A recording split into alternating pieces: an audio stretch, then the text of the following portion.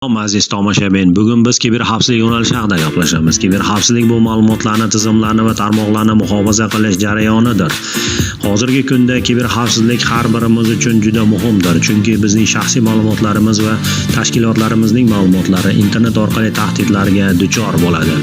Kiberxavfsizlikning asosiy tushunchalari. Kiberxavfsizlik tushunchasi bir nechta asosiy elementlardan iborat. Ular orasida ma'lumotlarni himoya qilish, shaxsiy va moliyaviy ma'lumotlarimizni himoya qilish juda muhim.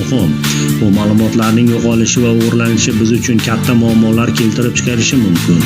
Tizimlarni himoya qilish, kompyuter tizimlari va serverlar kiberhujumlarga duchor bo'lishi mumkin. Ularni himoya qilish uchun antivirus dasturlari va xavfsizlik devorlari firewall ishlatiladi. Tarmoq xavfsizligi, tarmoqdagi ma'lumotlarni uzatish jarayonidan himoya qilish zarur. Bu uchun shifrlash va xavfsiz protokollar qo'llaniladi.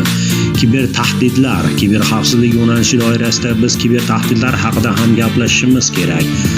Kiber tahdidlar quyidagi shakllarga bo'linishi mumkin. Viruslar va zararli dasturlar. Bu dasturlar kompyuter tizimlariga kirib ma'lumotlarni o'g'irlash yoki tizimni buzishi mumkin. Phishing bu usul orqali kiber jinoyatchilar foydalanuvchilarning shaxsiy ma'lumotlarini o'g'irlashga harakat qiladilar. Ular odatda soxta elektron pochta yoki veb-saytlar orqali amalga oshiriladi. DDoS hujumlari. Bu hujumlar maqsadli server yoki tarmoqqa ko'p miqdorda so'rov yuborish orqali tizimni ishdan chiqarishga qaratilgan. Kiberxavfsizlikni ta'minlash usullari. Kiberxavfsizlikni ta'minlash uchun bir nechta usullar mavjud. Yaxshi parollar. Parolni tanlashda murakkab va noyob kombinatsiyalarni tanlash zarur. Parolni muntazam ravishda o'zgartirib turish ham muhimdir.